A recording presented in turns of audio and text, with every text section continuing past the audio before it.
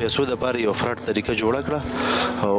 ماته رنګ کو چې یاره په موټر مو سره دا حادثه شوې ده. تاسو بیا کوم افغان خلک دي هغه بیا دروغ وي پروپاګاندا کوي کہ مدعی کے ساتھ اس کے دوسرا ساتھی بھی ہے جو اس کے گاؤں سے تعلق رکھتا ہے. 1 کروڑ 42 لاکھ روپۍ وي. د سره د ملک نوم بدنام شو، زمونږ د خیبر پښتونخوا نوم بدنام شو. دوی هغه سمره ډرامه چې دوی کړي هغه بې نقابه شو.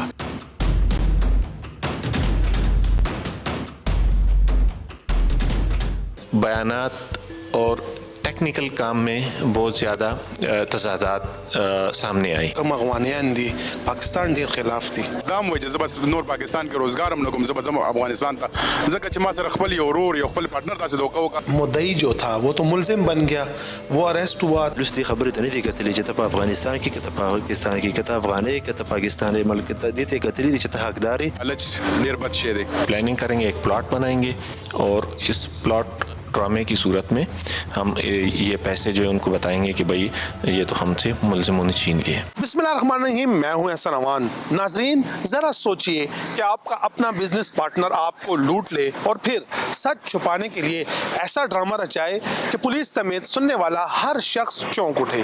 جی ہاں، میں بات کر رہا ہوں تھانہ مصری بانڈا ضلع نوشہرہ کے علاقے میں رونما ہونے والے واقعے کی، جس میں پارٹنر نے اپنے افغان پارٹنر کے تقریباً 1.5 کروڑ روپے لوٹے اور پھر واقعے کو ڈکیتی کا رنگ دیا. لیکن پولیس نے چند ہی لمحوں میں تمام حقائق منظر عام پر لے آئی اور مدعی جو تھے وہ ملزم بن گئے.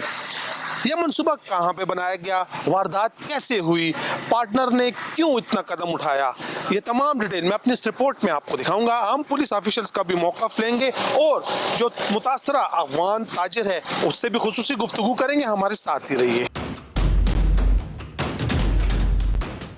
جی ناظرین، ہمارے ساتھ متاثرہ افغان تاجر جو ہے وہ موجود ہیں، ان سے بات کرتے ہیں. ستاسو نوم دی؟ غوث الدین. دا څه کیسه شوې وه؟ دا خو زمونږ ملګري دي او تقریبا د 10-15 کلونو موږ د غوړو د تیلو کاروبار یو ځای دی او مختلف ځایونو کې چې کوم دی زمونږ ډسټریبیوشن دي او دلته پاکستان کې پېښور کې پېښور کې نو ډېر وخت نه مطلب زما خو پیدایش هم د دې ځای دی هم دلته راغړ شوي او دوی سره کاروبار په یو ځای نو دوی ته موږ چې کوم دی پیسې ورکړې د دې لپاره چې تاسو کمپنۍ ته پیسې جمع کوي او دا مطلب موږ مال اغوستلو لپاره چې ځان سره سټاک کېدو نو دوی هغه پیسو دپاره یو فراډ طریقه جوړه کړه او ماته یې رنګ کو چې یاره په موټر موږ سره دا حادثه شوې ده. بیا دوی نه بعد دوی لاړل تاڼې ته اف آی آر یې وکړو نو د پولیس په هغه تفتیش او د پولیس په هغه بهترینې کارکردګۍ سره دا کار وشو چې هغه د دوی هغه څومره ډرامه چې دوی کړې وه هغه بې نقابه شوه. تاسو خو چونکې هغه ټایم افغانستان کې وای دا چې کله دیو دا نو دا دینه فائدې وشتول چې تاسو په افغانستان کې موږ بلته دا ډرامو جی موږ هغه وخت کې چې کله دوی دا ډرامه جوړوله او دا کار چې دوی کولو نو موږ په افغانستان کې وو نو کله چې پولیس دوی راونیول په دې خپله ډرامه کې نو دوی په تفتیش کې دا خبر راغله چې دا زما د پارټنر دی نو پولیس موږ سره رابطه وکړه نو پولیس دې خبرې ته نه دي کتلې چې ته په افغانستان کې که ته په پاکستان کې که ته افغاني که ته پاکستاني ملک ته دې ته کتلې دي چې ته حقدار یې او موږ سره رابطه وشو چې تاسو زر ته زر راشي خپل اف آی آر مخکې بوزي او قانوني خبره ترتیب سره مخکې لاړ شي نو الحمدلله موږ رالو او ناظم صاحب خبره کوششونو سره بلکې د ناظم صاحب لارو سره تقریبا موږ الحمدلله ارڅ خپل خبره مخکې فالو کړه او نن د خیره موږ سره خپل امارات په خیر خیر. دا ټوټل څومره روپۍ وي؟ دا خو لکه ډالر وي نو ډالر څومره وي او بیا مجموعي طور پر پاکستاني څو روپۍ وي؟ دا خو داسې و چې دا ډالر نه وي، دا اصل کې پی کې آر کلداري پاکستان روپۍ وي تقریبا 1 کروڑ 42 لاکھ روپۍ وي نو د خپل هغه سہولت لپاره او د خپل هغه د خبر هغه نمبر کمبول لپاره یا یو لارې طریقې لپاره دا ډالر ته ځان ته کنورټ کړی وي ټیک شو او چې چرته خفیه ځکه خودرو لپاره چې مطلب پیسې یو ځکه سنبال کې خودلې شنو هغه لپاره د ډالر ته کنورټ کړی وي نو د پولیس تفتیش دوران کې دا ټولې خبرې رالي او موږ خپل پیسې واپس ملو شي. څنګه چې تاسو چې زما پیدایش هم د پاکستان دی هم دي چې لکه پیدام شوې لویم شوې بیا کاروبار هم شروع کو خو اکثر مونږ ګورو چې کوم افغانیان دي پاکستان ډیر خلاف دي په سوشل میډیا مور پسې خبرې کوي زمونږ کنډوم به حرمتي کوي هغه خلکو ته بس پیغام ورکوي؟ ګوره داسې ده چې هر سړی هغه انسانیت او د هر سړي هغه اخلاق د هغه خپل ځان پورې محدود وي. ما په دې ملک کې وخت تېر کړی، زه دلته را پیدا شوی، ما تعلیم مې دلته نه کړی، مدرسې فراغت دلته نه شوی. د ناظم صاحب غوندې مصروفه سړی چې تاسو ته معلومات دي چې دوی مصروفیت سم دی، دوی سره زموږ لکه د ورونو غوندې وخت شوی. دا مسلمان ورسره ټول ما سره دلته مثال کې تو پر دا چې څومره منډې وهلې دي، څومره را سره پاداب شوي، دا ټول پاکستاني ملګري دي. ما ته افغاني پاکستاني میټر نه کوي. موږ چې کوم دی خپل یو وروري په فضا کې دلته وخت تېر کړی دی او نن هم الحمدلله چې کوم دی دا موږ د خپل کور ښکاري. داسې یو لکه په خپل کور کې چې دا خبره ګرځو او په خپل کور کې دا موږ ته خپل حق ملاو شو. دا هم وینا کېږي چې کوم افغانان رونه دي هغوی وایي چې را پاکستان ادارې چې کوم دي دا ظالمان دي او افغانان لوټ کوي او افغانان لکه پولیس هم یادوي، نور ادارې هم یادوي، فورسز هم یادوي. مونږ وکتو همدغه پولیس همدغه پیسې تاسو نه تلي وو چې څومره اماونټ او ایکچوال اماونټ تاسو له واپس درکو، نو بیا خو دا ادارې زموږ ډېرې ښې دي که نه؟ دا پولیس خو بیا ډېر ښه دی که نه؟ ستاسو بیا چې کوم افغان خلک دي هغوی بیا دروغ وایي، پروپیګنډې کوي. دا تاسو ته مخکې ما ویلې که نه چې دا د هر سړي هغه خپله ذاتي تجربه ده. زما تجربه دا ده او زما بلکې تجربه دا وشوه چې ما ته پولیس په دې ټول دوریانې کې دا نه دي ویلي چې ته افغانی که پاکستاني. ما ته صرف دقه یو لفظ کړی چې ته حقدار او تا ته به چې کوم دی موږ د خپل حق سپارو. نو زه دا هېڅ ما ته نه تمیز د دې شي ښکاره شوی چې یاره ما ته دا ویلي چې ته افغاني تا سره به دا رویه کوو، نه څه بله څه مشکل چې نه ده. نو الحمدلله دا نه ما نه دوی تفتیش کړی چې تا سره ویزه شته نشته، تا سره کارت شته نشته، ته څه په کوم بنیاد ته. خو هغوی صرف دې ته کتلي چې زه مثال کې یو انسان یم، یو مسلمان یم او د دوی خبره د یو ژبې ورونه یو. ټیک شو، تاسو ته معلومات دی زمونږ او ستاسو چې کوم دی ژبه، کلتور، رواج، هر څه یو دي. نو لهذا دا د فیسبوک والا خبرې، دا د فیسبوک والا پوسټونه دا نه موږ جدا کولی شي، نه به موږ جدا شو انشاءالله تعالی. چې کوم دی ما ته خپل امانت، ایکچوئل امانت پورا په پورا الحمدلله ملاو شو. جی ناظرین، جیسے کہ آپ نے متاثرہ تاجر کی گفتگو سنی، افغان تاجر ہیں، ان کے لیے جو یہاں پر پاکستان میں بھاگ دوڑ کی عوامی نیشنل پارٹی کے سابق ناظم امانت علی ہمارے ساتھ موجود ہے، ان سے بات کریں گے.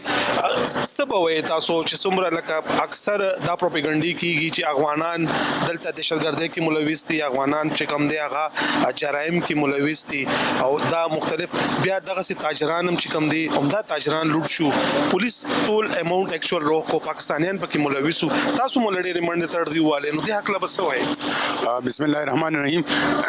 زه خو د پولیس ډېره زیاته شکریا ادا کوم. وختي ما ویل چې څنګه ما وکتل چې زمونږ خو پېښور یو، نو ډاکټر میا سعید صاحب چې کوم کارکردګي ده موږ ویل چې دا پېښور پورې محدود ده، خو نه، دا پېښور پورې محدود نه ده، بالکل دا ټول په خیبر پښتونخوا کې مې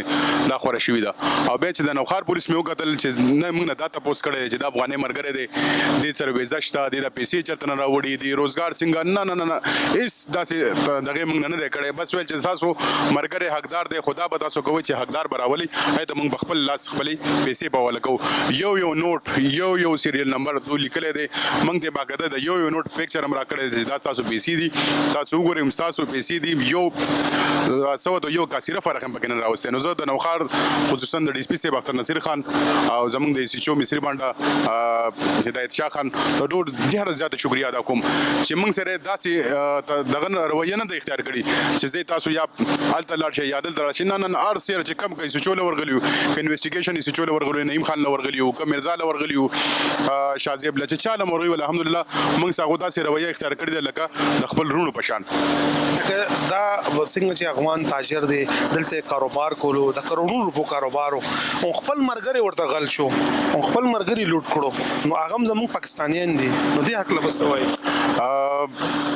زه به دا ووایم چې لالچ ډېر بد شی دی. خپل ملګری هغه ملګری چې دې سره تقریبا د 15-20 سالو نه دې سره وروري وه، دغه و، د هغې پکې هم یو ښه دغه جوړو، خپل اعتبار یې خراب کو، خپل اعتماد یې ختم کو،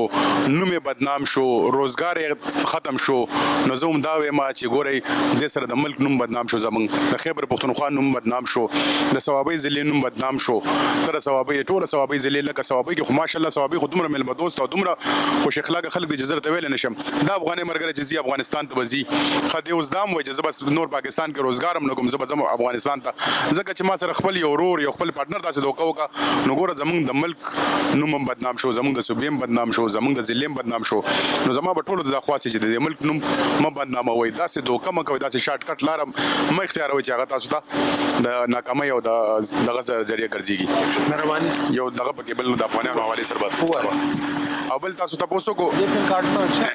یہ دوبارہ کرے گا د افغانانو تاسو تاسو کو منګه زما علاقہ د ټاون یوسف آباد دا د اختر په ورځم ما دا خبره په خپل مشرانو سره کوله چې څومره افغانان زموږ په علاقې کې اوسېږي تقریبا زم چې 25-30 کورونه به صرف د ټاون کې د یوسف آباد سلونو کورونه به زه خو علاقې نظم هم خامخا چې جګړه کړي چې دغه کړي خو الحمدلله موږ سره چې څومره افغانانو گاوند شوی دی نه موږ دغه جګړه لیدلې ده نه موږ دغه تیزه خبره لیدلې ده نه موږ دغه داسې دوکه لیدلې ده نه د پاکستان خلاف دغه د خلینو داسې الفاظ اورېدلې دي لکه څنګه چې زموږ پارټي مو چې لاره بر یو افغان خو نه افغانستان خپل ملک دی زموږ خپل ملک دی خو زموږ کلتور یو دی زموږ دستور یو دی زموږ ژبه یو ده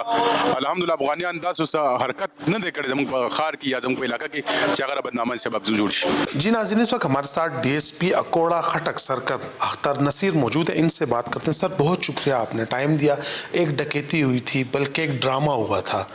اصل حقائق کیا ہیں تھوڑی سی تفصیلات بتا دیں بسم اللہ الرحمن الرحیم 2 اپریل کو مصری بانڈا کے حدود میں موٹر وے پہ عصمت اللہ نامی شخص جو کہ صوابی کا رہائشی ہے اس نے پولیس کو رپورٹ کی کہ وہ پشاور سے آ رہا تھا اور رستے میں ایک دوسرے موٹر کار نے اس کو انٹرسیپٹ کیا 4 بندے تھے اور اسلحے کی نوک پہ اس سے 1 کروڑ 42 لاکھ روپے چھینے گئے ہیں اس اطلاع پہ متعلقہ تھانے میں FIR درج ہوئی FIR کے اندراج کے بعد ضلعی پولیس افسر جناب احمد شاہ صاحب نے میری نگرانی میں ایک ٹیم تشکیل دی جس نے فوراً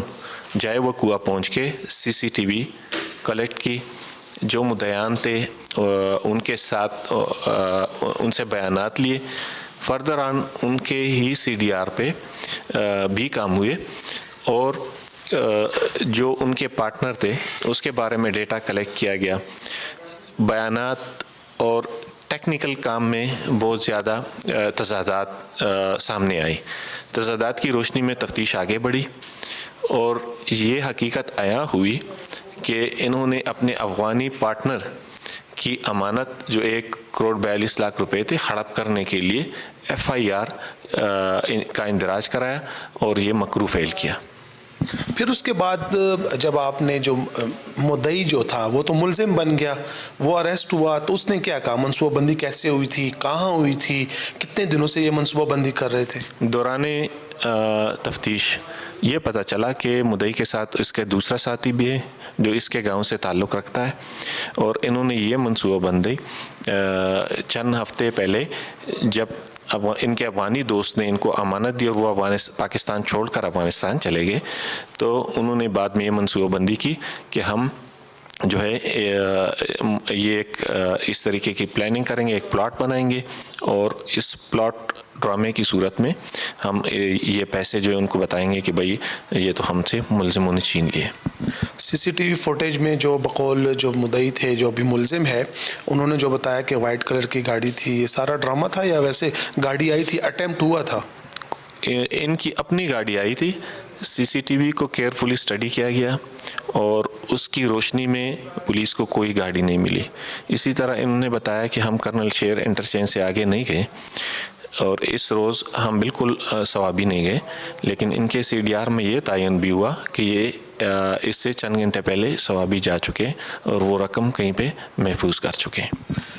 یہ تاثر تو پھر غلط ہوا کہ جو عام تاثر ہے کہ جو افغان مہاجر ہیں وہ آتے ہیں یہاں پر سنیچنگ کرتے ہیں یہاں پہ وارداتیں کرتے ہیں جرائم میں ملوث ہے دہشت گردی میں ملوث ہے لیکن اب ہم جب دیکھ رہے ہیں افغان مہاجر جو ہیں وہ متاثرہ ہے اور ہمارے جو پاکستانی ہیں وہ ملزم ہے تو یہ تاثر تھوڑا پھر یہاں پہ کچھ غلط نہیں ہوا